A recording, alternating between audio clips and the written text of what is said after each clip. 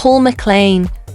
In the fall of 1982, I found myself in New York City on a business trip. My stay was at the house of a good friend, Mark, and his wife, Geraldine. It was during my time there that I heard about another friend, Paul Mcclain, who had been channeling people's guides. Intrigued, I decided to meet with Paul and see what this experience was all about. Paul explained that for a year and a half, he would leave his body and enter a trance-like state where he could communicate with beings from another dimension. At first, I was skeptical. It seemed far-fetched, but I couldn't help but be curious. After all, Paul and I were friends and I trusted him, so I decided to be open and see what would come from this experience. During my first meeting with Paul and his guides, I was astounded. As Paul entered the trance, his whole demeanor changed, and he began speaking in different voices,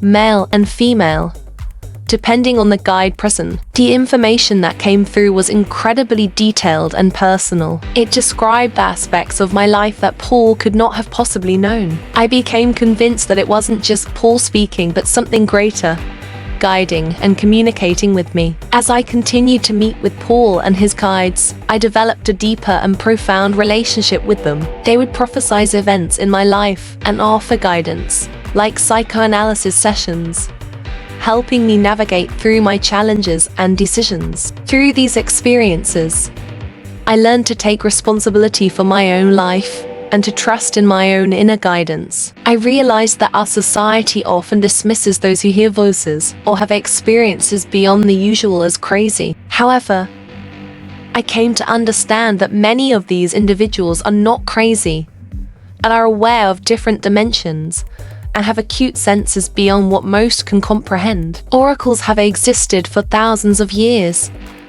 and the channeling experience has been a part of human history. I began to appreciate that there is more to our existence than what meets the eye. Over the course of 5 years, I met with Paul around 10 times. Each session brought new insights and a greater connection with my own spirituality. The information that came through during these sessions helped me to step into my own power, relying less on external teachers and putting more faith and trust in myself and my own inner guidance. One of the significant prophecies that came through during these sessions was about meeting an entity named Mafu, an enlightened lord who would be channeled by a female. This prophecy eventually came true when I moved to California and had the opportunity to witness and learn from Emoji, the channeler of Mafu. Through these experiences, I learned that there are no accidents in life. All things are under the will of something greater, and those with an open heart and goodwill can witness the workings of the divine. It is a journey of faith and surrender,